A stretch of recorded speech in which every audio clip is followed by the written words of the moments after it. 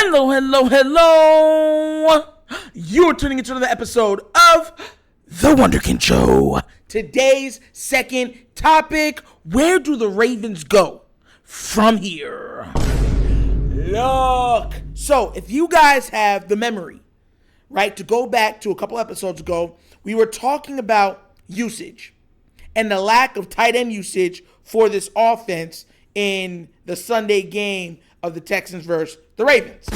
And I know why there was a lack of tight end usage. And Ryan Mink put something out. He put out actually a graphic of personnel usage for specifically two. And I'm going to read that off to you guys, and then it's going to take us exactly where I want us to go. So without further ado, I'm going to read what he put, and then we're going to bring everything full circle, all right? So check this out.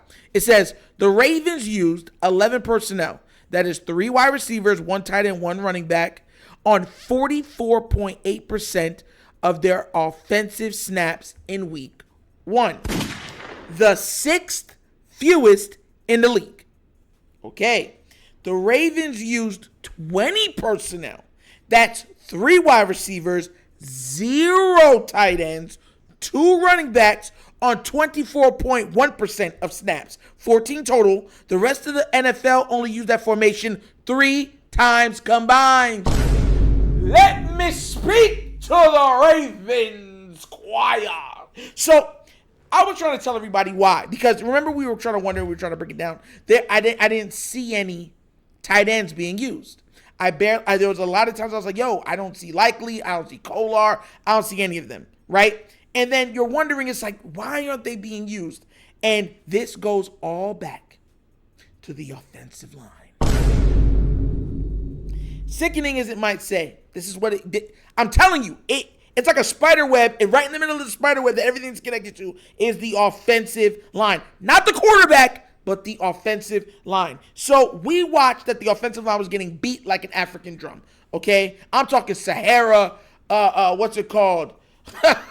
like African drum. And there was nothing that they could do to quell the pass rush, right?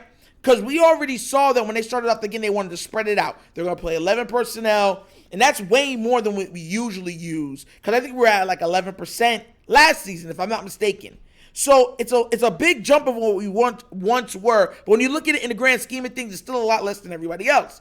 So they were trying to do that. Spread everybody out. Keep a tight end on there. Keep 3 wide receivers, 1 back, and just say go. Problem is that the O-line said, not if we have something to say about it.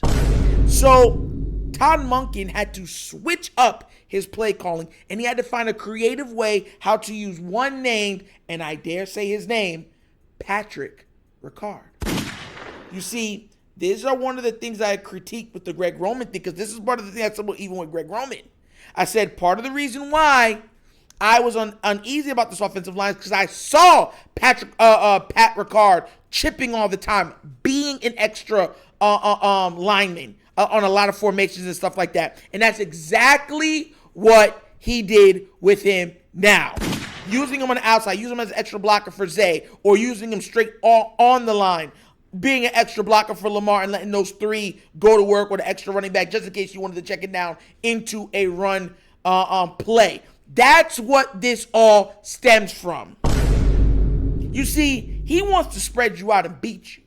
Put Lamar in space, put Zay in space, put Bate in space, put OBJ in space. And when Mark comes back, put Mark Andrews in space. But he wasn't able to do that because they were getting so quickly off the blocks that there was nothing that they could do to truly catch a rhythm for the offense. Because how an offense catches rhythm is timely throws on time, completions on time, and a rhythmic passing motion towards each of them. That's how this works. That's how it is. That's how you see quarterback. They say, oh, an easy check down, get it started. Then a little completion. Then what it does is like, okay, I got my arm warmed up. Oh, yeah, baby, I'm hitting everything. Yeah, rhythm. But you can't catch a rhythm if they're living in the backfield. Can't. It's impossible. And for anybody saying good quarterbacks do it, be quiet, because that was one of the biggest things with Tom Brady. Because Tom Brady was a statue. So it was like essential for him to have a good offensive line. Essential. So I laugh at some of this, right? Because we're always wondering why the coaches do what they do. And this is what chess is, right? You're moving players around to combat the deficiencies of your team. And we're seeing what the deficiencies are, and it's the O-line. And it's totally, absolutely visible to everybody credible that watches the team. And I know it hurts. It hurts, right? Because now he's not gonna be able to do what he wants, right? If it's up to Munkin, right? He wants to keep a tight end out there. He wants to be able to run the 3 wides, have a running back, and then say go. The tight end would like that's another thing too. Mark Andrews is a better blocking tight end than every tight end that we have on this team right now. That's fact. So when he comes back, he'll probably be able to play a lot more snaps. You won't need Patrick Ricard as much because he is so capable at blocking also. So if he needs to pick up something, he could probably do it. But that takes him away from where you want him to be in the receiving game. See, this is the give and take that's going to be happening. And I'm trying to wonder right now if Mark will be up to it, because one of the things that we've seen, I forgot his name real quick, the tight end in the 49ers land, that's part of the problem why he was always hurt. As good as because he was the best blocking tight end, and it was bar none. That man was running people over. He would take people completely out of the game, I've seen Mark do it a couple times. I'm not going to crap on Mark because, I mean, he's become a very, very good blocker.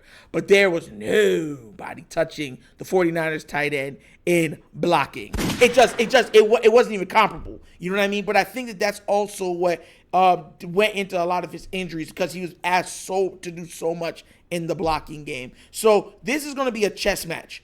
Can Mark come in and block well, and how much do you want him to block? Is he going to chip and then go out for routes? Is he going to be able to stay on the field? If that doesn't help, do you then switch him out with Ricard, or do you switch out one of the wide receivers for Ricard and allow Mark to stay on the field? You know what I'm saying? It's just a give and take. This is us learning what works and what doesn't.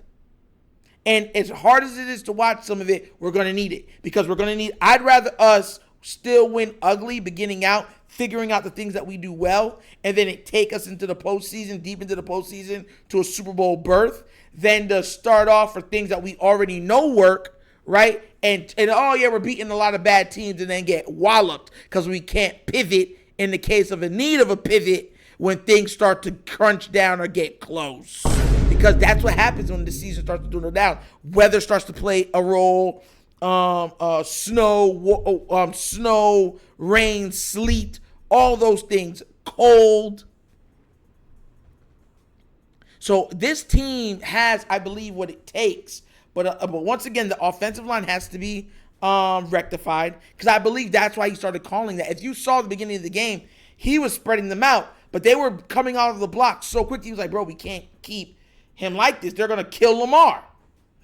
We need more blocking. And